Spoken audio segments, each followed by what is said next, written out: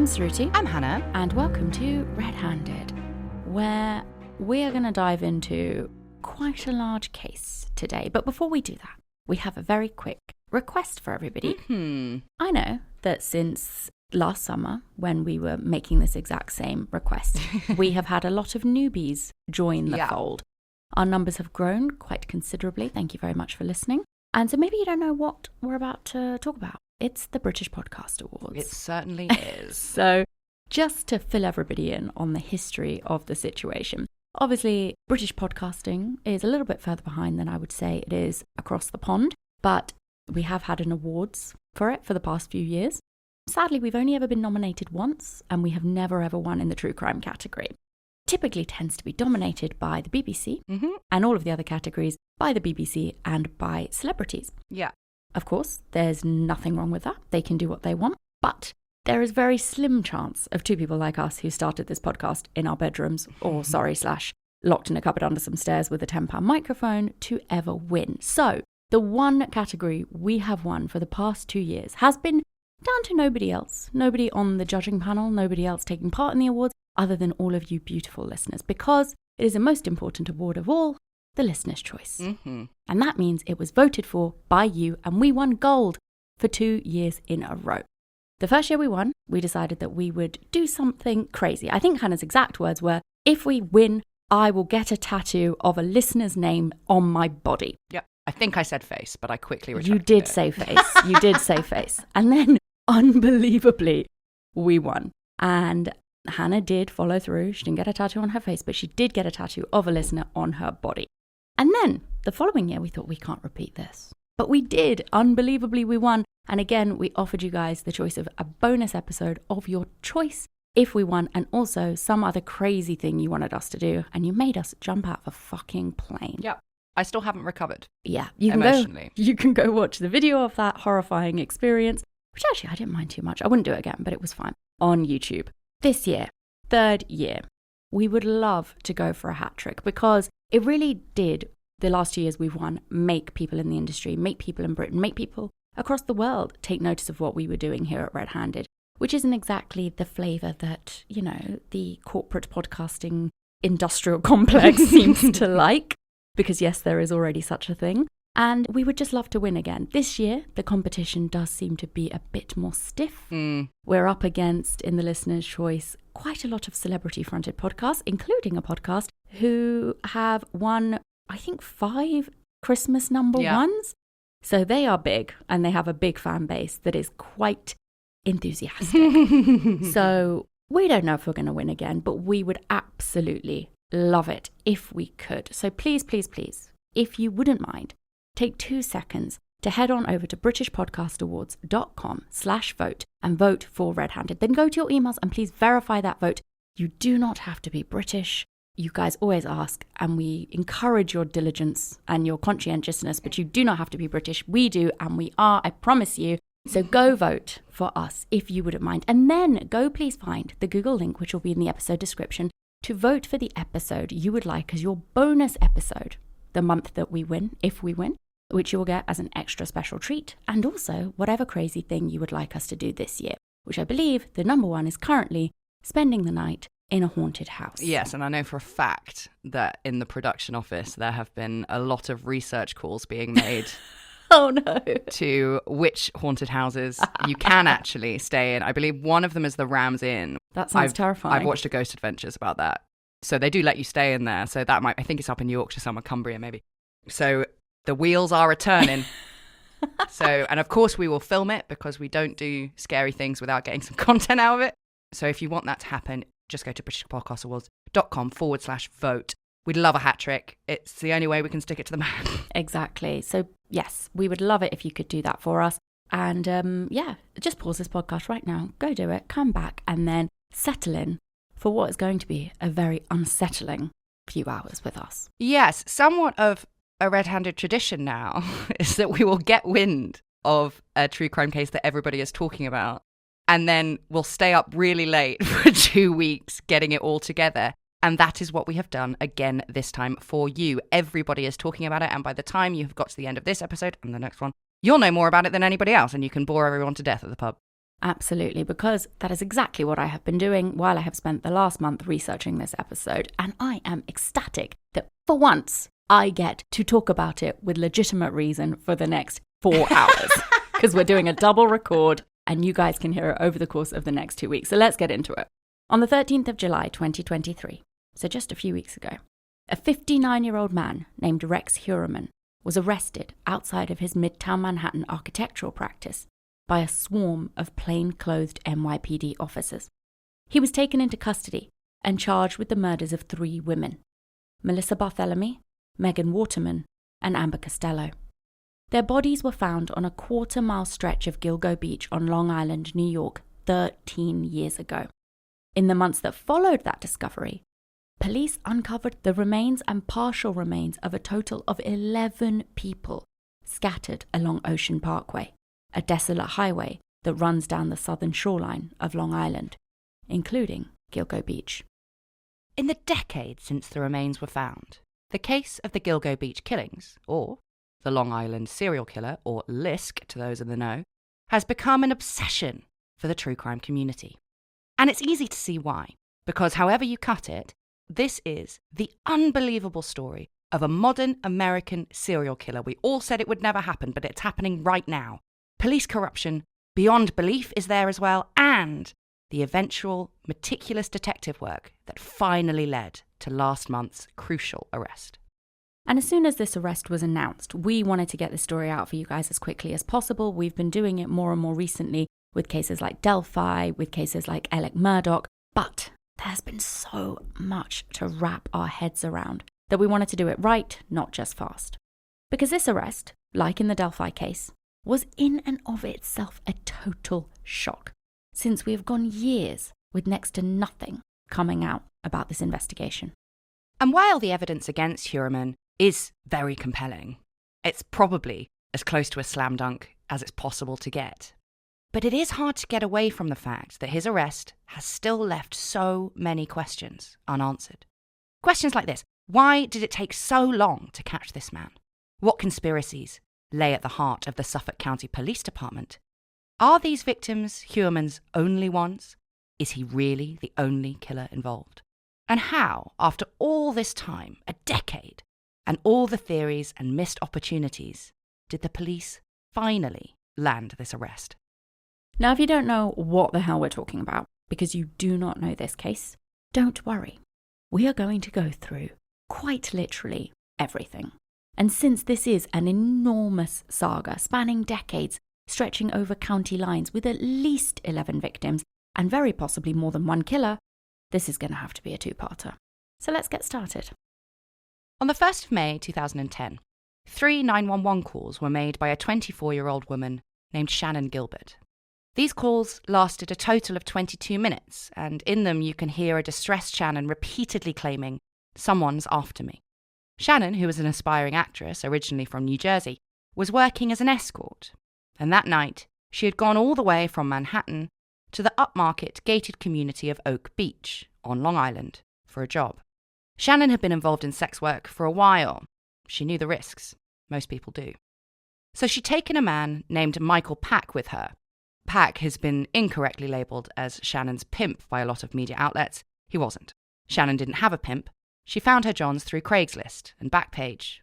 She paid Pack to be her driver and act as her protector. And the very fact that she took Pack with her that night, and the fact that she was willing to go all the way out to Long Island, signalled that this was no ordinary job. There must have been the promise of a big payout. But something went wrong. And at 4:51 a.m., Shannan called 911. Hey, police, what you prefer? Yeah, there's somebody after me. I'm sorry? There's somebody after me. Where are you? There's somebody after me. Okay, where are you? There's somebody after me. Where are you, ma'am? I don't know. You're driving right now? I'm inside the house. What house? I don't know. You trace where I am. No, I can't. What's your callback number you're calling from? Somebody's after me. Please. Are you in Suffolk County or Nassau County? I'm in Long Island. Where on Long Island are you? No. No. No. No. No. Stop. No. Where in Long Island are you? In Suffolk County? Nassau County? County, you on the line? Stop. Please. Stop it, please. Please stop. Please. Can you shut the door? No, time to go. Please. Please. Come on, let's go. Come on, roll outside. Come on, go outside. Come on, all of us. Come on, roll outside. Come on. No, please. Why? What are you going to do? What are you going to do to me? Are you going to kill me? I'm in the middle of nowhere. We're in Long Island. We're up near the water. Please, stop. No, stop it, please. Hello? Hello? Please. Yeah, it basically just goes on like that for ages. But the two men you can hear are Joseph Brewer and Michael Pack. And basically all they keep saying again and again is, what's wrong with you? Please just leave. Please leave. And Michael Pack keeps trying to get into the car, but she keeps saying, somebody's after me, somebody's after me, somebody's after me. So Shannan had fled the home of her client, Joseph Brewer, and was seen running down the street on Oak Beach. Shannan banged on doors, begging neighbours for help. One of these neighbours was Gus Coletti. On the 911 call, you can hear Shannan shouting at Gus, "Help me, help me, help me."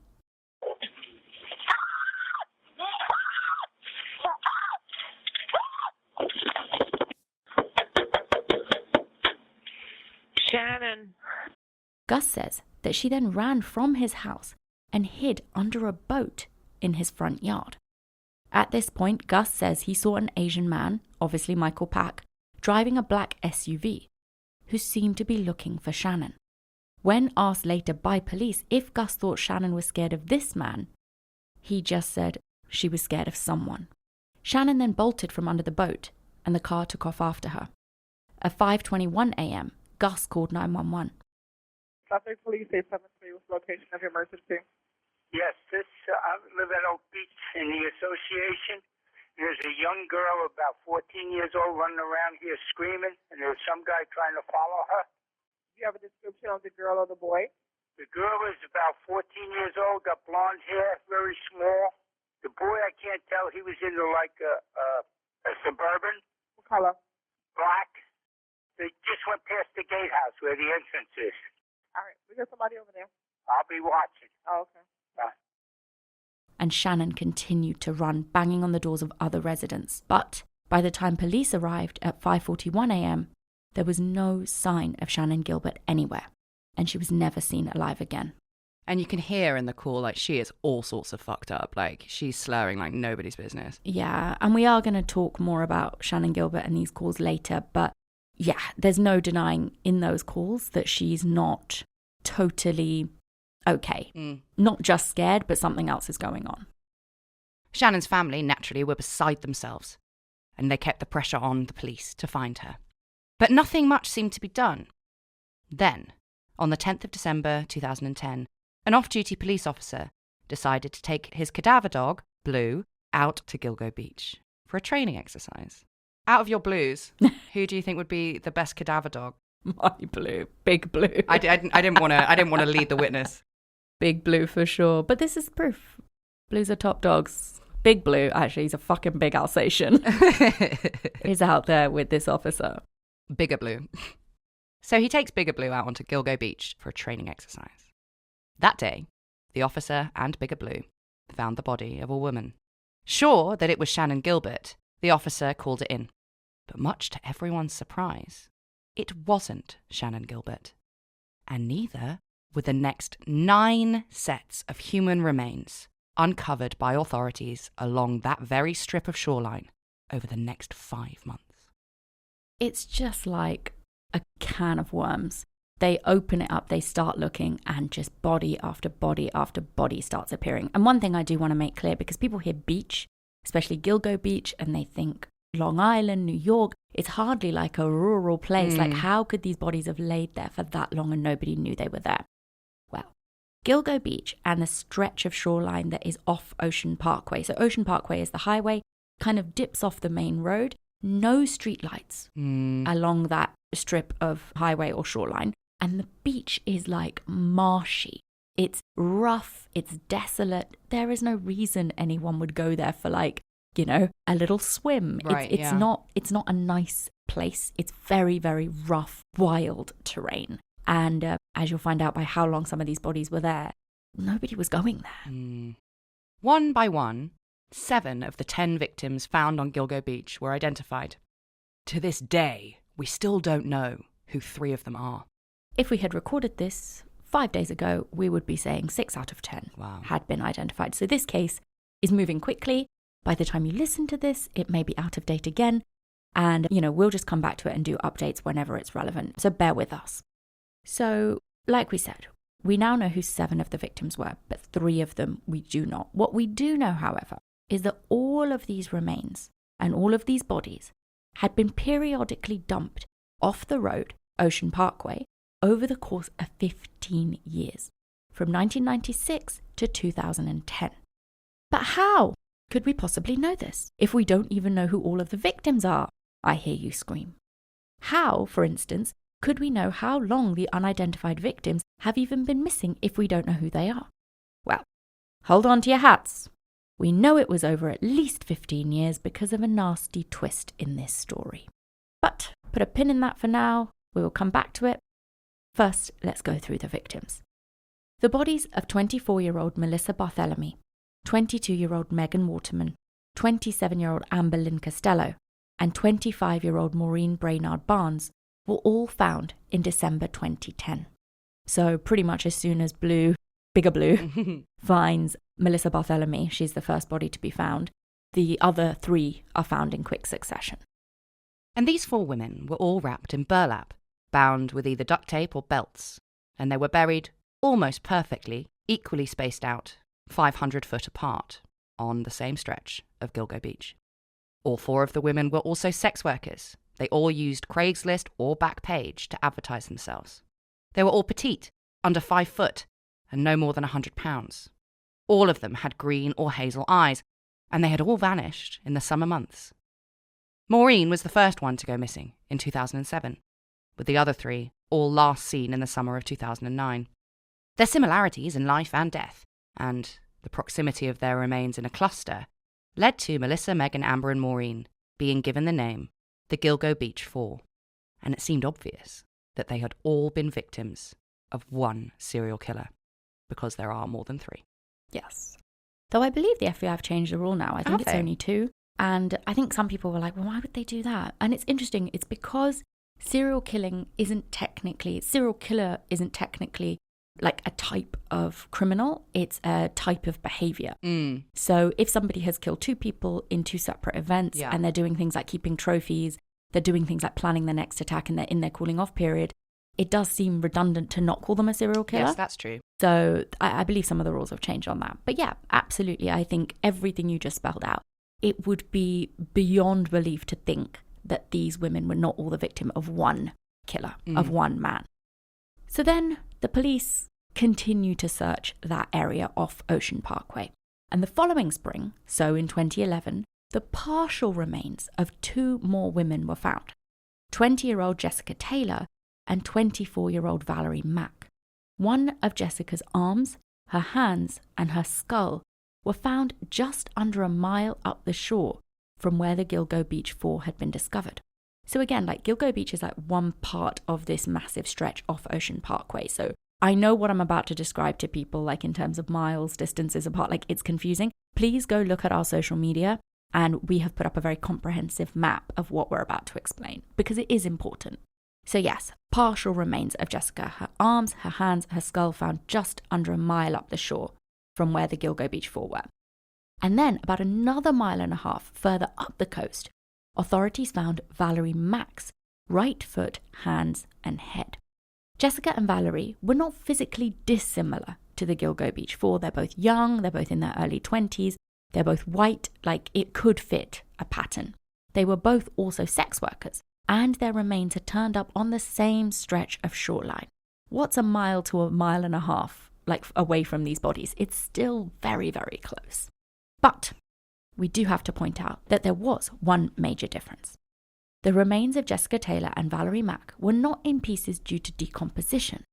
Both of these women had been dismembered. And the reason they were both identified so quickly, despite police only having their partial, heavily decomposed remains to work with, was because both Valerie and Jessica's torsos had been found years before in the early 2000s. So they've already got their DNA on file. And those torsos had been found 45 miles away from Gilgo, in a place called Manorville, another area of Long Island.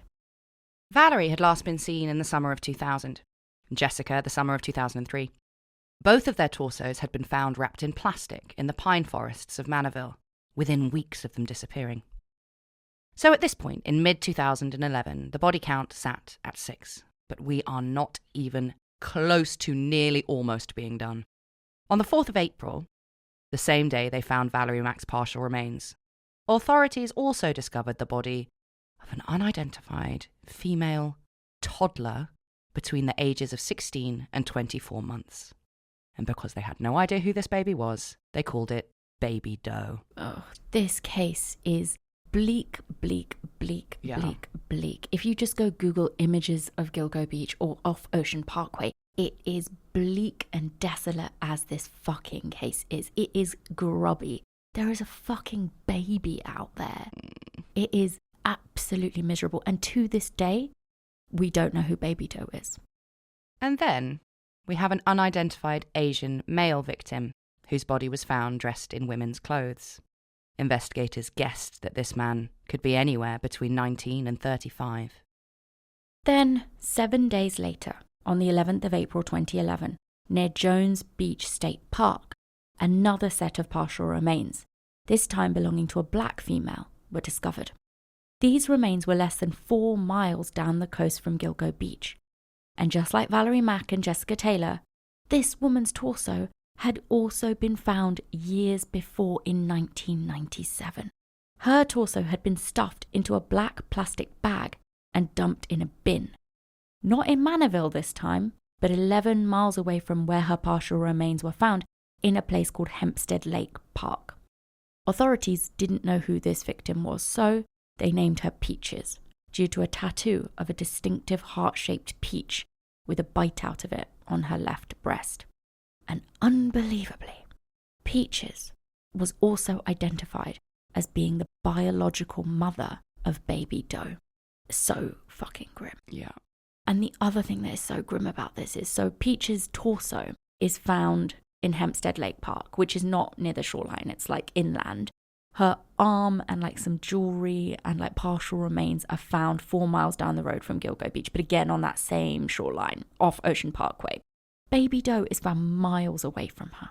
So whoever did this didn't even have the fucking decency. And I say this in the most like irrelevant way, because like they're both dead at this point and this person has killed them. But moved the baby away from her and dumped the body miles away up the coast. Like, none of it makes any sense. And there's no way, I can't see any way in which that baby's body moved on its own. Somebody dumped them separately. And it's just like the final insult in death, it feels like. It does feel like that. So yeah, it's a lot. And try not to feel too terrible about it, because we're not done still. There's more to come. We've got one more victim to discuss with you.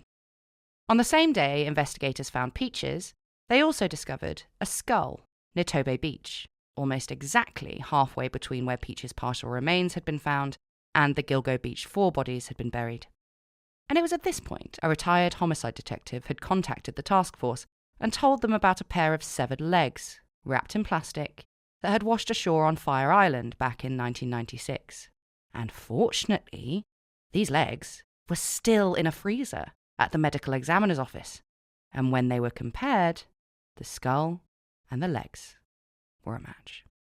And just a couple of weeks ago, 27 years after Fire Island Jane Doe's legs were first discovered, the police were able to identify her.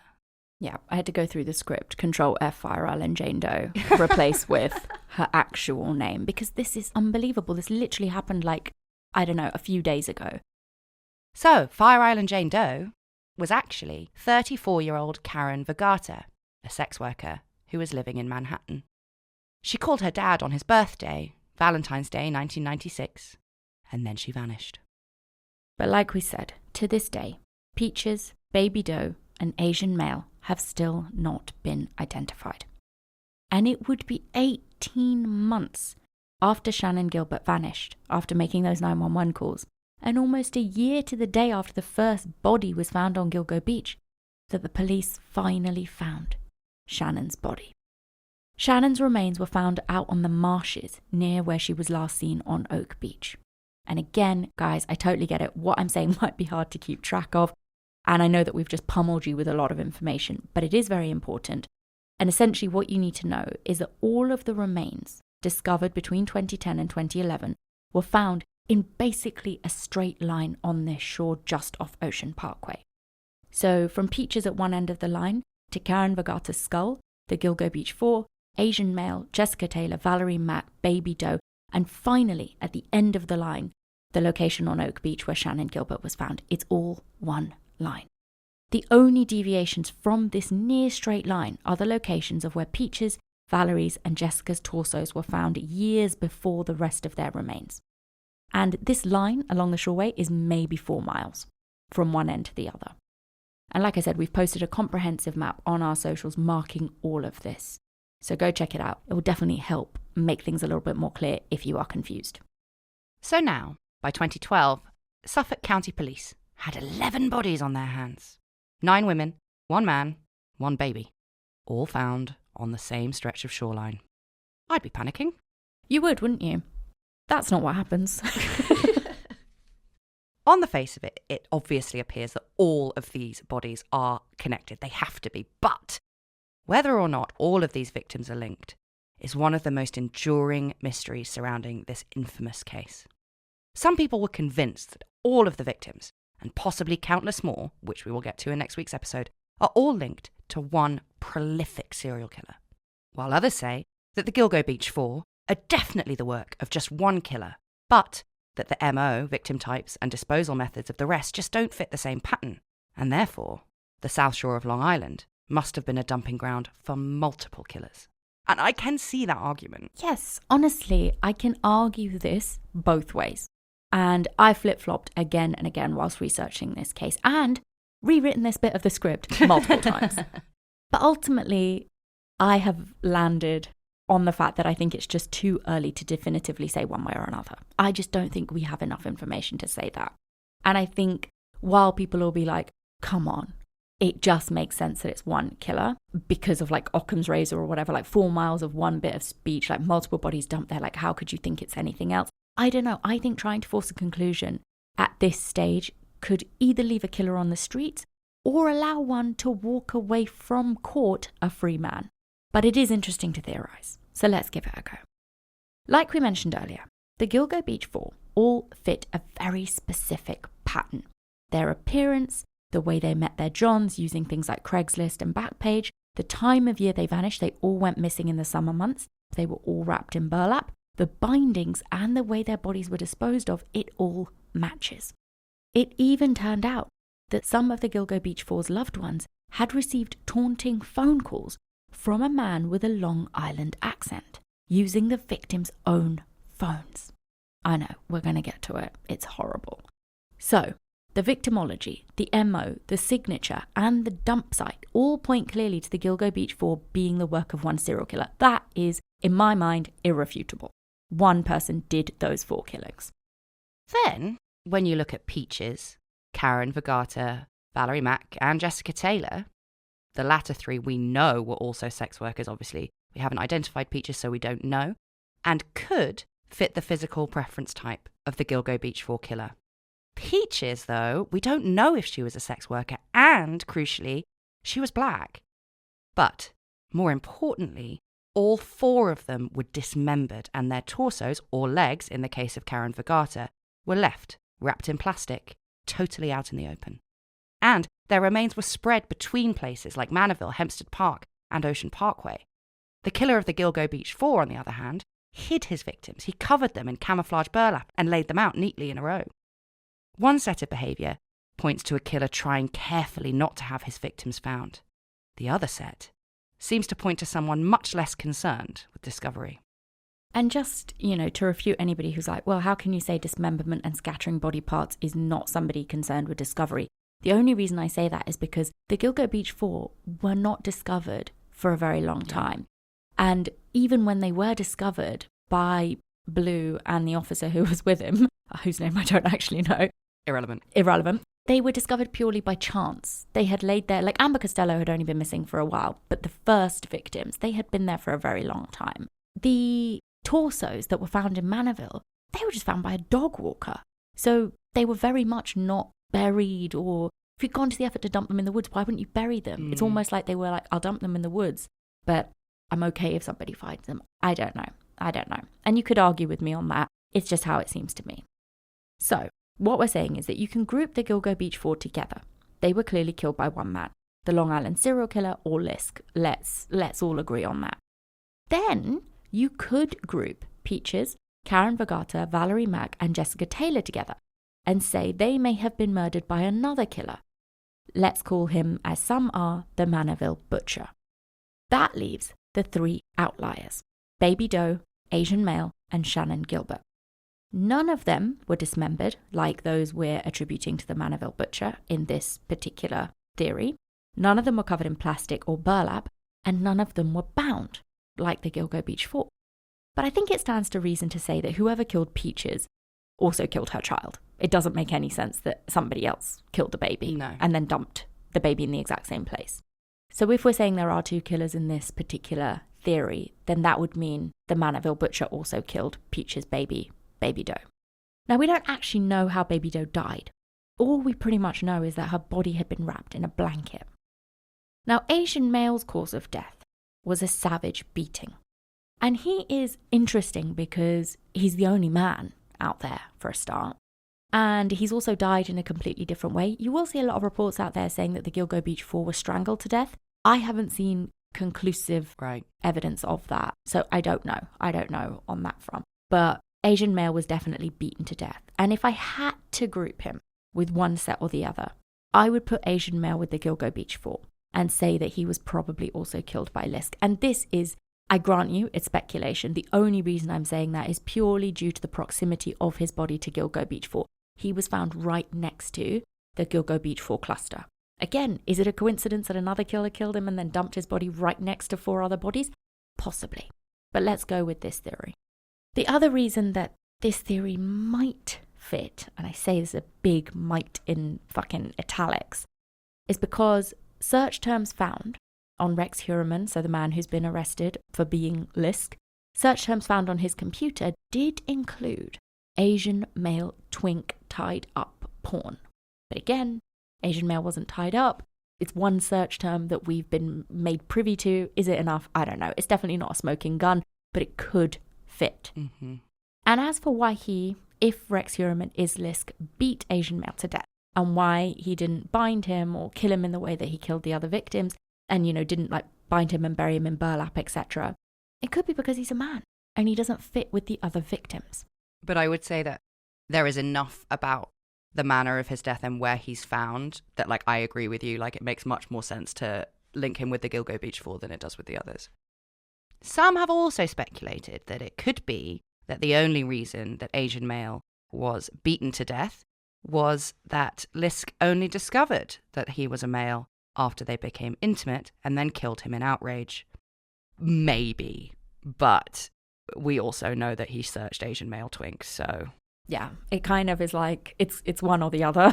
So I don't know. Or it's neither. Yeah, I don't know. And, could it be Rage himself for homosexual desire, some sort of rabid internalized homophobia?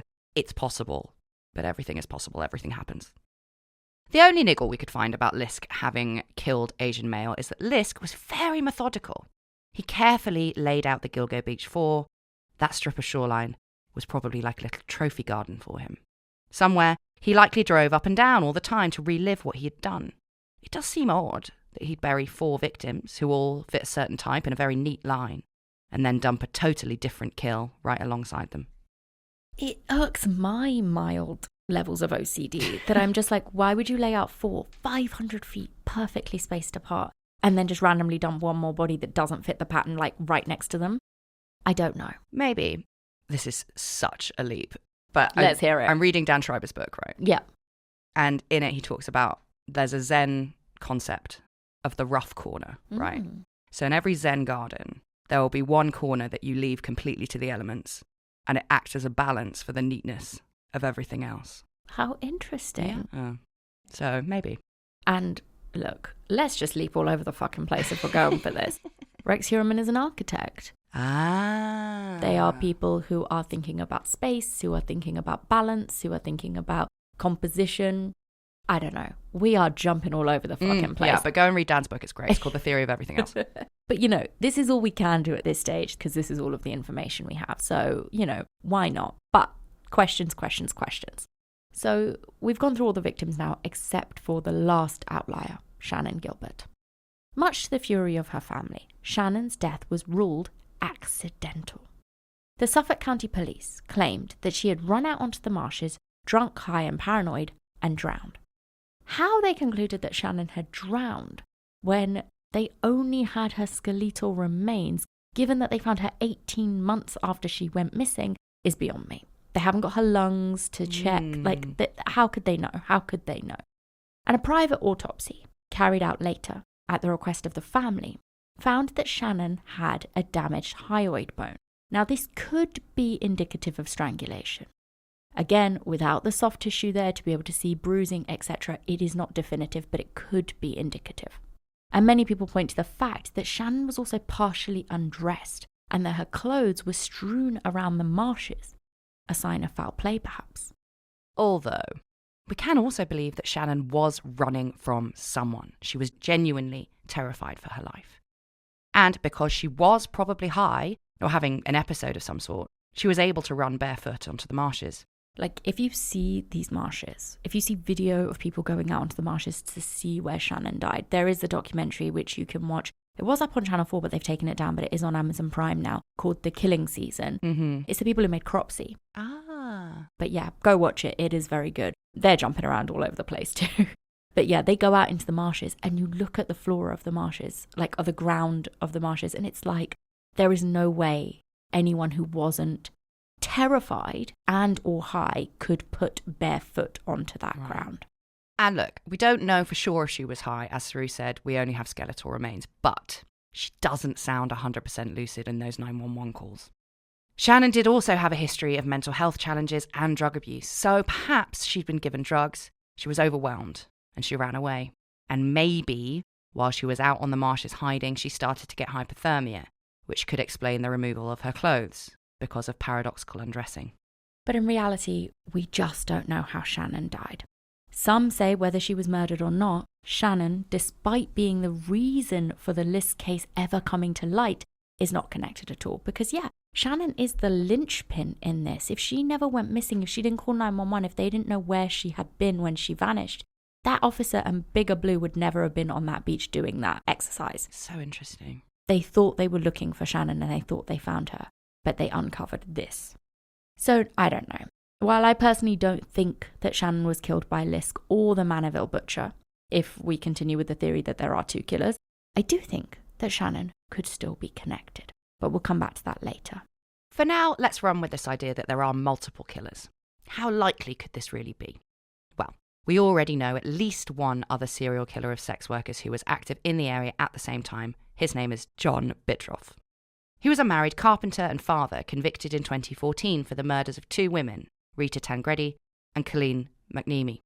And he was suspect number one in the death of a third woman called Sandra Costilla. These murders took place between 1993 and 1994, and guess where John Bidroff lived? Disneyland Paris. No, Manorville. Yeah, man. You couldn't make this up. And they caught him, and like I said, they only convicted him of the murders of two women. He was absolutely suspected in the murder of Sandra, and God knows how many other fucking women. And also, do I need to remind everybody who else was a fucking serial killer in Long Island? Mr. Bloody Joel Rifkin. And he was caught in 1993. So again, the timeline isn't a million miles off. So we already know that there are multiple serial killers active in the area. And Long Island is not a huge place. No. And the idea of a shared dump site between multiple killers is also not ridiculous. It's happened before. The case of the killing fields in Texas, where since the 1970s, dozens of bodies have been discovered on an overgrown field by a stretch of highway in League City. And these have been attributed to multiple different killers. Also, there are so many places. If you just Google top places where bodies get dumped, I mean, I'm currently listening to the prosecutor's fucking 10-part episodes we're up to now on the case of Adnan Syed. Leakin Park. Yeah. Bodies Get dumped there because people know if you want to dump a body, that's where you go dump them. And Adnan also knew that, no matter how much he says he didn't. So yeah, I think the idea that killers dump their bodies in the same place is not particularly a rarity. And it worked. They were there for fucking ages. Exactly. And also, I think we have to look at the sheer prevalence of serial killers, because that also points to the fact that there could easily have been multiple killers. We've already named at least 2, and now throw in Rex Heuermann if he's guilty. There were at least 3 active, overlapping in Long Island at the same time. But let's look at the prevalence of serial killers according to the FBI. They estimate that there are currently 25 to 50 serial killers active in the US at any one time. That's horrifying. And I suspect that that is a gross underestimate. Whether we'll get to another killer like a Gacy or a Bundy or something who are racking up into the 20s, 30s kill count like that, I don't know. Yeah. But multiple serial killing is not that uncommon. Now, the FBI will also say that, that's around 1% of overall homicides are serial cases. So yes, that does make it look like it is very rare, but it is conservatively believed that 4% of female homicides in the US are serial in nature. So that is quite interesting and quite terrifying. And that percentage of victims who are victimized by serial killers only increases when you talk about those victims being sex workers. Yeah. So again, if you're finding sex worker after sex worker after sex worker on this stretch of shoreline, could point to one killer, could point to multiple. Nothing here is definitive. On top of this, I found a report on murderdata.com, which actually, the URL will make you laugh. It made me laugh. It still makes me laugh. But it is actually, they're doing great work.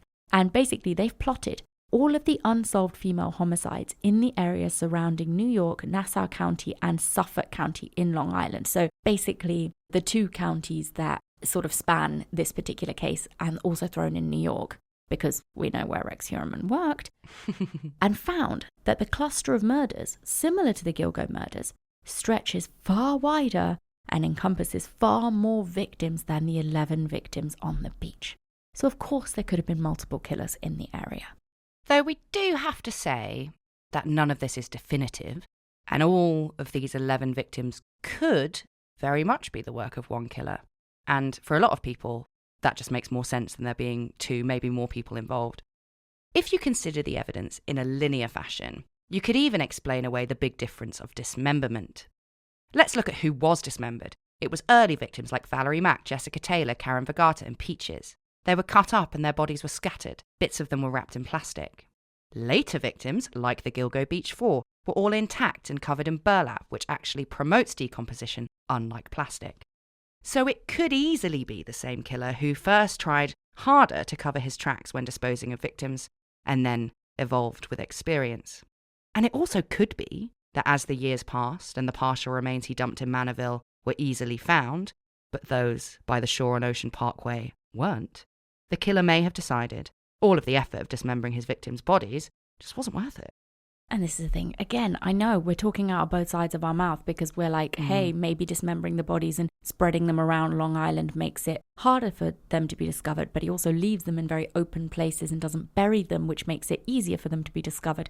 So which is it? I get that. It's not clear. I think all we can say is if you look at them in a linear fashion, as you mentioned, the change in MO could be linked to the passage of time and his evolution as a serial killer. But then again, typically, organised killers go from more organised to less organised as they devolve. So as time goes on and as they kill more people, they typically get more sloppy over time. So it would be unusual that a killer went from scattered body parts out in the open to bound, neatly laid out, burlapped victims. Because maybe he thought chopping them up and spreading them around all over the place would make it harder for him to be discovered. But when they start to be found, maybe he's like, oh, this is a terrible plan. let me not go through the effort of chopping them up. Let me just bury them in one place and wrap them in burlap. I don't know. So you could say that the bound, neatly laid out burlapped victims is him becoming more careful and more organized over time, but that's not typical. That's not what you typically see with serial killers.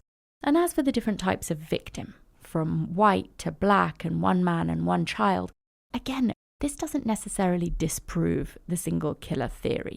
While a serial killer may have a preference, and in this case it would be for petite white women, there is nothing to say that serial killers won't deviate from that preference. Look at Dennis Rader, Richard Ramirez, or Gary Ridgway. So for now, let's park the single killer or multiple killer question and get back to the investigation, which you can't see, but I'm putting in massive fucking air quotes. Because the very last thing that the Suffolk County Police Department was doing at the time was investigating. And now we're going to introduce our favourite character in this story. A few days after Shannan Gilbert's body was discovered, a new chief of police was placed in charge. His name is James Jimmy Burke. He started off by declaring that Shannan's death was an accident, and then basically just proceeded to cover everything up. Those 911 calls that Shannan made that we played you at the top of the episode, they weren't released by the police until 2022. The police department just spent years claiming that in the calls Shannan didn't sound distressed, which it's Opposites Day, apparently. And the department stood by these statements even after those 3 harrowing calls were made public. But that is just the tip of the dirty, dirty, poo-coloured iceberg. Former officers from Suffolk County described the regime there under Burke as a system of paranoia and fear, akin to the KGB during the Cold War. And one, Peter Fiorillo, said this: "Every place has corruption, but on a scale from 1 to 10, it's an 11. And I think that's not even telling you enough about how fucked up the SCPD were at this point. So the FBI obviously, naturally tried to get involved with the List case. 11 bodies is serious business. And expert profilers from the BAU came to Suffolk County to assist the department. But Jimmy Burke and Tom Spoter, the then DA, who had inserted himself right into the middle of the investigation for some reason, blocked the FBI at every turn. There are stories that they wouldn't even let the FBI read any of the reports. Apparently, Spoter and Burke would sit in a room with the FBI saying, "We'll just read you what we think you need to know." But why? Why would a police chief and DA, up to their eyes in dead bodies, not want the help of this elite team from the FBI? I think nothing would prick my ears up more than I'm just going to show you some of it. Yeah, they're literally like, you can sit over there and I will read you what I think is important. Like, of course everyone was screaming cover up. Mm-hmm. What the fuck is going on? But the question is why? Why were they doing this? Why were Spoter and Burke doing this? Who would not want a case like this cleared? Like, the pressure, the fucking stress of 11 bodies. People in Long Island were terrified because there is a killer, at least one killer on the loose. Why would you say no to the resources of the federal government? And I only actually thought about this and discovered this during the research of this case. Because serial killer hunting, if we want to call it that, in America has changed drastically since 9/11. Interesting. Because up until 9/11, the BAU, the FBI, they were very concerned with serial killers. That was like one of their main things that they did. The BAU was almost known as the elite serial killer catching team. But after 9/11, resources and priorities shifted. And the FBI have since then been a lot more focused on terrorists than serial killers. That is interesting. So resources, funding, time, priorities, everything has been shifted away from that. And it kind of makes sense because we have like a lot of very public terrorist attacks happening in the US and in Europe. Serial killers have been on the decline despite, the statistics we gave you earlier, which I hope doesn't scare you because yes, it is only 1% of killings that are linked to serial killers, unless you're a woman, in which case it's 4. But do you know what I mean? It's like they have had to look at spending their time on other things like anti-terrorism. So in that case, when the FBI even this warrants us looking at this serial killer, why would you turn them down? Enter major suspicions of a cover-up. And pretty soon, graffiti started to appear all over Long Island, pointing the finger at Chief Jimmy Burke himself being Lisk. And you might be saying, whoa, come on. It can't really be the chief of police.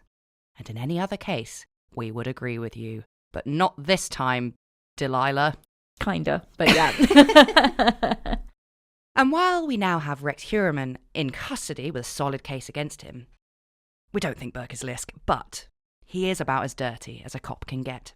And how he came to be chief of police, given that during his career he'd been picking up sex workers while on duty in his cop car without even securing his gun, which actually went missing during one of his little trysts, all of that is pretty shocking.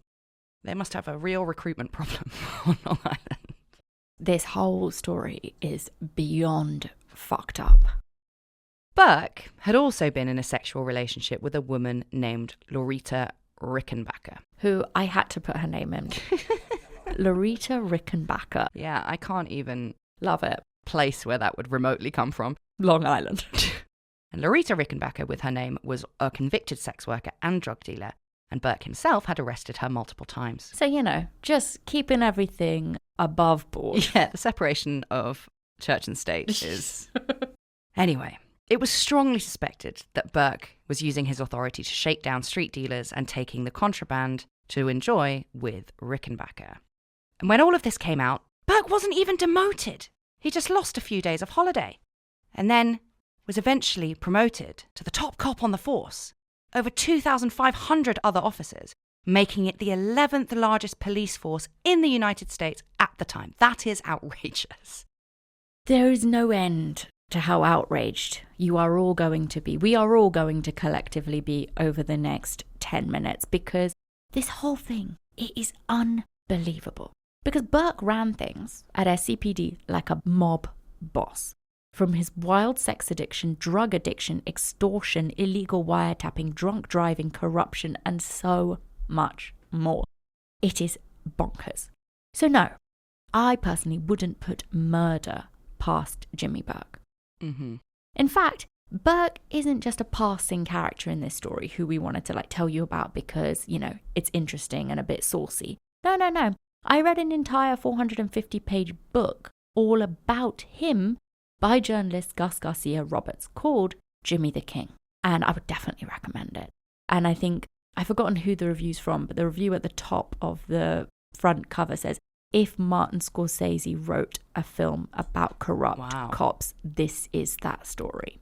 It is so unbelievable that it reads like a film script. Wow.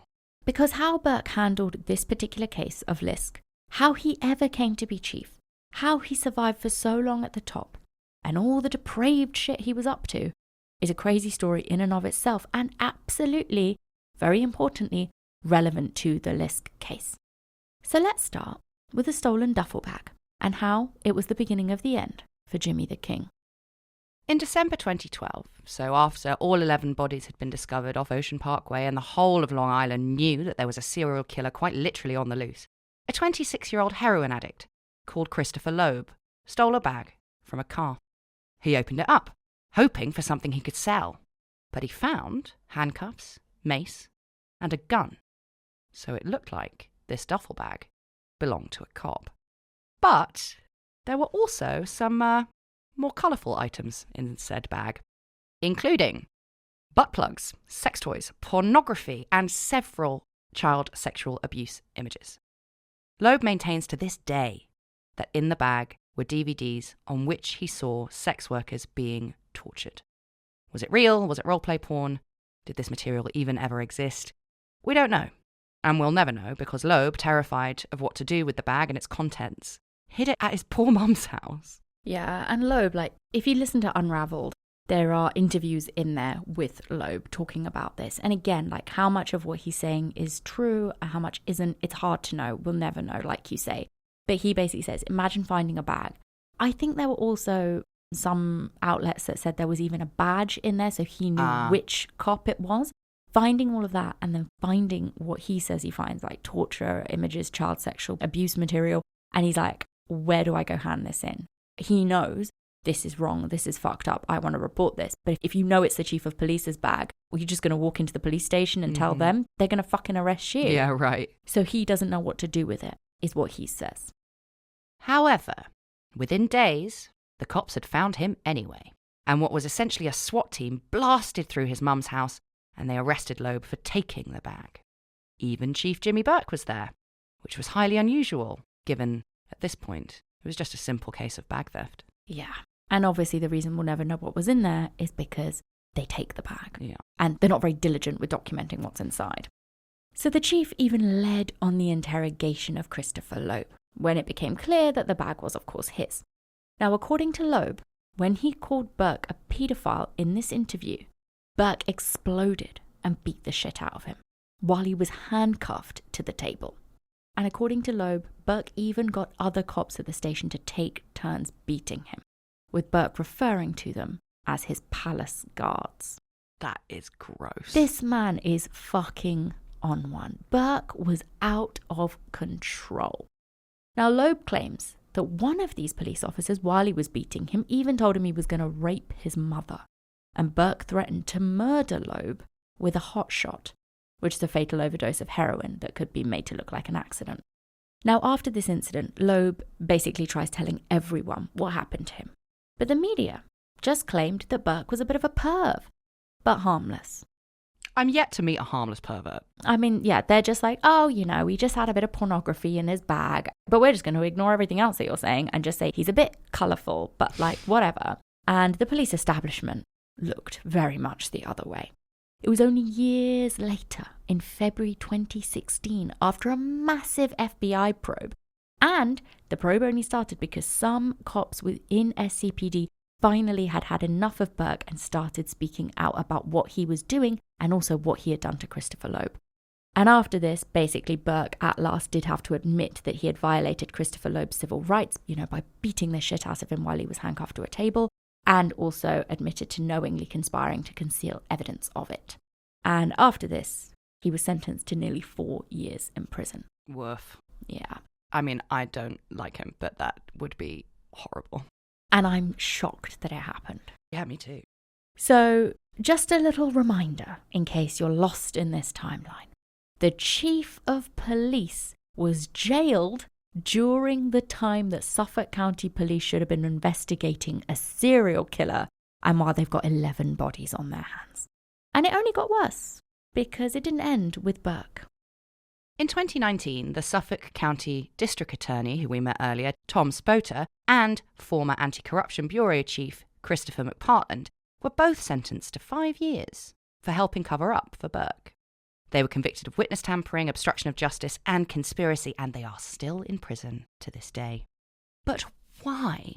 Why would a DA risk his career and, let's face it, his life to protect a chief of police as reckless and as out of control as Jimmy Burke? Well, to understand that, we all need to take a little trip down memory lane. Let's hold hands, no one get lost.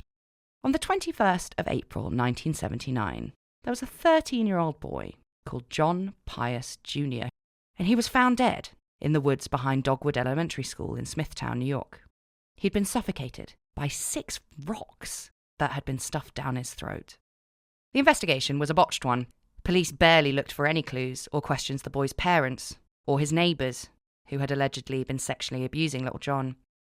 Even back then, Suffolk County cops had a reputation.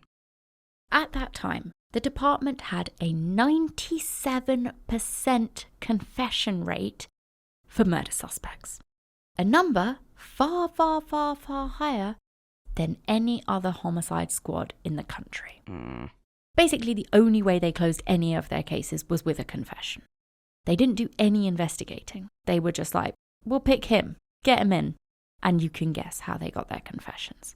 This number was so high that, of course, allegations of duress and torture used to extract confessions seemed hard to ignore. Examples include a man who claimed that he was beaten with a slab of concrete, and another who said cops held his penis over a paper shredder while they questioned him. That is deranged. They were deranged, and this shows you how far back they were deranged. So of course they weren't fucking investigating Lisk because they had no suspects to fucking torture. It is insane. But the cops from SCPD, they weren't even trying to cover this shit up. They were proud of their tactics and of their records. Apparently they'd even walk around when they were off duty wearing t-shirts that said 97% on them. I'm unwell. They're unwell. They're fucking sick in the head. It is like a little sociopathic fiefdom. Jesus. That just went from generation to generation to generation. So SCPD always knew that they could get a confession. Nobody was watching them. Nobody was checking their tactics. All they needed was some suspects. And nothing was different with the case of John Pius. And eventually, these cops pointed their dirty little fingers at 4 local high school kids. Michael Quarantano, Peter Quarantano, Thomas Ryan, and Robert Bresnik. The prosecutor assigned to the case was none other than a young, ambitious, but already very corrupt Tom Spoter. He knew that the evidence against the boys was weak. All he had was the clearly coerced confession of a minor who had been barred from seeing his parents or a lawyer. All Spoter really needed was a witness. And bingo, one materialised. He was a 14-year-old local school kid too. It was James Jimmy Burke. It's unbelievable! It's so fucked up. So yeah, Tom Spoter is a lot older than Jimmy Burke. So he's 14 and Jimmy Burke is like in his 30s at this point. And it was already known that at the tender age of 14, James Jimmy Burke was already a minor drug dealer and quite a major thief. Burke testified, saying that the boys had admitted to the murder, so Spoter got his conviction, and he and Burke began a twisted relationship that would last for decades. By 21, Burke had joined the police force, and with Spoter backing him, he made very quick work of climbing the ranks. Spoter was corrupt, sure, but Burke was depraved. And we're not sure if Spoter knew just how dangerous Burke would become, in general, or to him specifically, or if he thought that he would always be able to handle him. He's much older than him, remember. Either way, both of them were sent down, and accusations that the Suffolk County Police were not taking the Lisk murders seriously was laid out for all to see. And this is the thing. I really think that Tom Spoter thought, here's this kid. He's helped me out once. How else can I use him? I'll put him in a position of power, like chief of police, and then the two of us will run this whole fucking show. And I've got something on him because he owes me for getting him in this position, and Burke's got something on Spoter because he knows that he most likely lied when he testified in that trial for John Pius's murder. So they kind of have this really twisted, fucked up relationship, but I don't think Spoter knows that he has let a snake into his corrupt little gang. But the question is, was Burke covering it all up? So we're talking now about the Lisk case, because he was involved in the murders himself, as some claim? Or was he doing it because he and Spoter were up to all sorts and they just didn't want the FBI anywhere near their precinct? Probably the latter. But there is another interesting plot twist to this case. Remember Shannan Gilbert and how she'd gone to Oak Beach the night she died? Well, Oak Beach is a notoriously secretive community full of wealthy and incredibly well-connected people. In the Unraveled podcast, they even talk about the guy who had developed that whole gated community, built the bridges and the underpasses so low that even buses couldn't come down them because he didn't want the poor people coming down there. So it is a very, very exclusive little community where everybody looks after each other because nobody wants the house of cards to come falling down. And the wild sex parties thrown and attended by many of the residents of Oak Beach involved drink, drugs, and sex workers, and it was incredibly common knowledge. And countless high-profile people have been linked with attending these sticky soirees, including Jimmy Burke. And if you listen to the 911 calls made by Shannan the night she disappeared, she keeps saying, they are after me. And it doesn't seem like Joseph Brewer, the man whose house she was at, or Michael Pack, both of whom can be heard on the call trying to get Shannan to leave, are who she is scared of. Because even when they are there, you can hear them on the other end of the phone. Shannan keeps saying, they are trying to get me. Yeah, wouldn't you just say, they're here? Her demeanour doesn't change when you can hear Joseph Brewer and Michael Pack's voices. She still makes it sound like she's scared of somebody else she's trying to get away from. And I know some people point to the fact of why did she keep running away from Michael Pack? Maybe he was who she was scared of. Because Gus Coletti says that he saw an Asian man and that she hid under the boat and then ran away from him.